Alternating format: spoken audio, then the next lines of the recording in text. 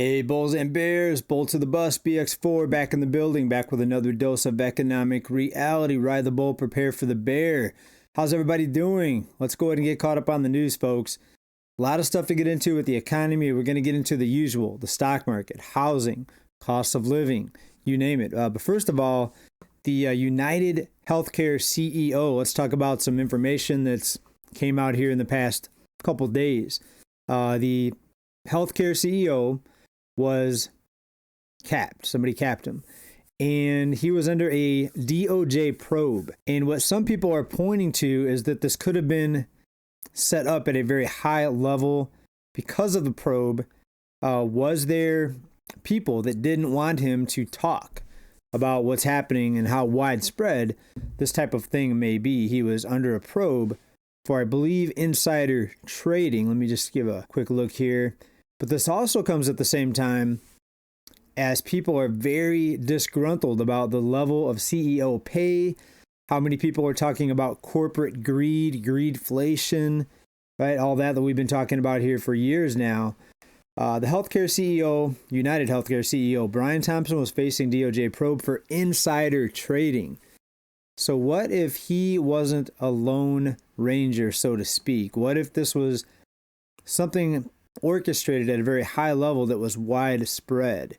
I think that could have very well been the case, but others are saying it's just someone very disgruntled again against the healthcare and how much money these people are making and how the wealth doesn't trickle down, right? The more you help out the companies, the more corporate tax cuts you give them. And by the way, corporate tax cuts were a big failure because the cost of living still went up, even as corporations got huge tax cuts. But look at the pay here. The CEO, United Healthcare, Brian Thompson, here we go.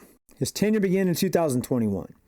Under his leadership, profits surged from 12 billion to more than 16 million. Did they misprint that from billion to trillion, or from billion to million? I think they meant billion. Thompson received an annual compensation package in 2023 of $10.2 million, ranking him among the highest paid executives at the healthcare giant. All right, so put it into perspective. You're already making more than $10 million, and that's not enough. You have to still go out and insider trade, allegedly. Remember, allegedly. Also, during his tenure, denials for claims payouts increased. Go over some numbers on that. So that's another reason why they were able to increase their profits. In 2019, the insurance provider's initial denial rate for post-acute care prior authorization was about 8.7%. By 2022, it had increased to 22.7%. So you could see one of the ways they were able to increase their profits so much. Another reason is just because people are so dependent on insurance to pay for healthcare now because people don't have savings. So the more you're dependent on healthcare, or the lower savings you have, the more you're going to be dependent on healthcare. Imagine if people had a lot of money saved up. They wouldn't be so worried about coming out of pocket for a prescription, for an injury. But people don't have very much saved up. You look at the savings rate, it's near an all-time low. And therefore, they're worried about an expense. So you see more people going out getting warranties because they can't afford to fix their car if something breaks down, so they'd rather pay a little bit at a time. Insurance, they can't afford the out-of-pocket for a big claim, so they're just going to pay a higher monthly fee to try to mitigate the risk of having to pay a big claim or having a big expense that needs to be paid all at once. So let me know what your thoughts are down in the comments. Let me know what you think. Is it somebody that's disgruntled at the system, the pay package, the cost of everything, the greedflation, as some people call it, or is it a higher level setup because some really bad things are happening that's pretty widespread across the industry? Let me know what you think down in the comments.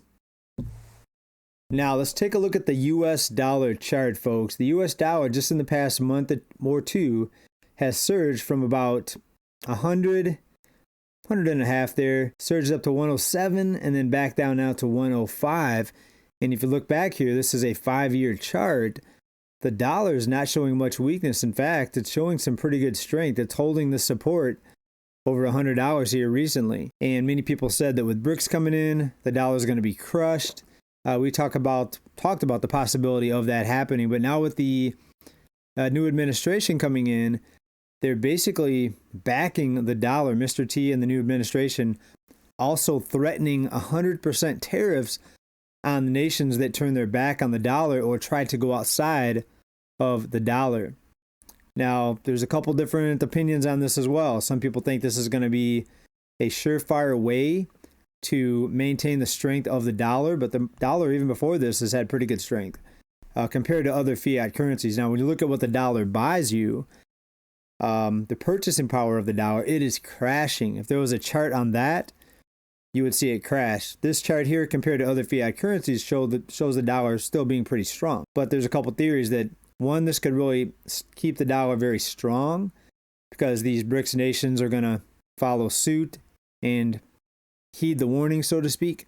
Other people say this is going to give countries more incentive to turn their back on the dollar because they don't like being threatened. They don't like being ultimatumed or backed into a corner with having to use the US dollar. Right? So which way is it going to go? You let me know down in the comments. I think it's going to be the countries turning their back on the dollar more. There could be a lot of things happening behind the scenes. Nobody knows exactly, in my opinion, but we'll see how this all plays out here very soon. Now, something pretty interesting. 1/3 of U.S. consumers have been a victim of credit card fraud. About 1 in 3 people. That's scary, folks. To me, that's scary. How are the thieves, in this case, the scammers, how are they getting the credit card numbers? We've seen these skimmers that they put on some of the credit card machines. We know that information gets leaked at a high level. We know that all the social security numbers got leaked out. So it can't be that difficult to get credit card numbers. So is it something that's just happening here and there, like locally, like your server or bartender stealing your information and then selling it or using it themselves? Or is it something done at a much higher level, kind of like the United CEO situation? Is it something at a high level, highly organized? Or is it just a lot of small situations where people are getting their card taken by somebody at the gas station, some clerk? Again, who knows? But definitely be careful out there with your credit cards. And very important, if you're making purchases online and just anywhere, in my opinion, it's safer to use a credit card versus a debit card. If somebody steals your debit card number, folks, your account could be drained. Your checking account, savings account, whatever it's linked to could be drained, right? Your credit card gets taken.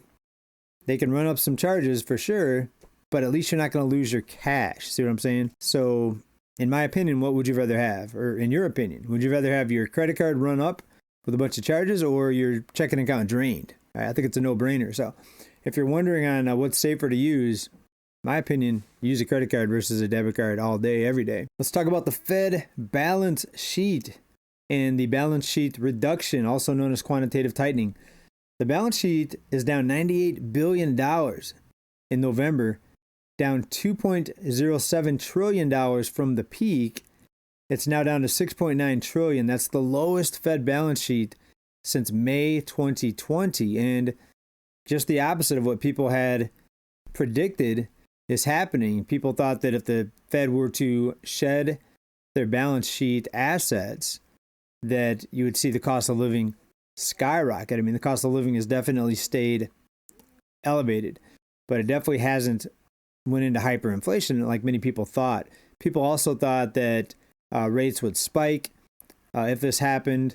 But then again, you have to ask yourself, are the numbers that we're being allowed to see, are those numbers actually legitimate, or are they just making stuff up, right? A lot of stuff they say is nonsense. So just because they put out a chart or put out some data doesn't mean that that's true either, right? I trust the data just as much as I trust what Jerome Powell says. And we know that he's been wrong on so many things and that they've backpedaled on so many things, like the 2% inflation, average inflation target. It's no longer an average target. Now it's just 2% is a goal. But if they don't get there, it's okay. They're still going to drop rates and cause more inflation. So zero credibility to anyone that's actually paying attention. So again, do you trust the data? Do you even trust these numbers that are on their own FRED website, the Federal Reserve Economic Data website? Do you even trust it? I don't. But it is something that we can look at, because if it's a trend, you can still see it change, even though it may be phony or manipulated data, you can still see it change over time and see if things are changing. Or could they have gotten even more screwy, for lack of a better term, with the numbers recently? Another report out that says tax cuts will not help the economy. That's out of the Times. I tend to agree with that. Tax cuts before, did they help the economy? Well, of course, if you listen to the talking mouths on the particular side that this is coming from, they're going to say, yes, it helped the economy. What it really did, it helped the rich get even more wealthier. And it did cause a lot of spending because, well, people had more money to spend because of all the liquidity injections into the economy. But when you think about tax cuts, corporate tax cuts especially, do the corporations lower their prices when they get tax cuts? Oh, look, we saved money on taxes, so now we get to charge less for our products. We're going to reward the customer. Are they doing that? Of course not. Of course not. It's going to be bigger bonuses for the people at the top, the CEOs, like we just talked about. CEOs, instead of making 30 million a year, now they're making 30, 45 million, so forth and so on. So tax cuts feed the wealthy, they feed the rich. It's not going to help the economy. If you give people tax cuts, that may help the economy. It's going to have people have a little more money to spend. But guess what? They're going to do that. They're going to spend it. And you could argue that more spending is going to cause more inflation, right? Because more people have money to go buy things, more inflation. If we don't manufacture enough things, but you have more people able to buy more things, it's just going to cause more rising prices, folks. So don't expect the pain to end anytime soon. The cost of living is going to remain elevated overall. You'll see a couple spots with some corrections. But overall, on average, costs are going up, folks, unfortunately. And I think it's going to get a lot worse unless we see that big, you know what, the big BS. And it's not the bull beep, it's the black swan. Be on the lookout for it, folks. I'm going to continue to remain cautious. You could say I'm missing out. I still have stocks. I still have some money invested. Cryptos are doing really well, but I'm still remaining more cautious now. Let me know what you think about this down in comments. The CEO story, the question about the corporate tax cuts, will it actually help? Because you know that's what's coming, right? Anyways, everybody, let me know what you think down in comments. As always, keep stacking. Bye for now. Peace.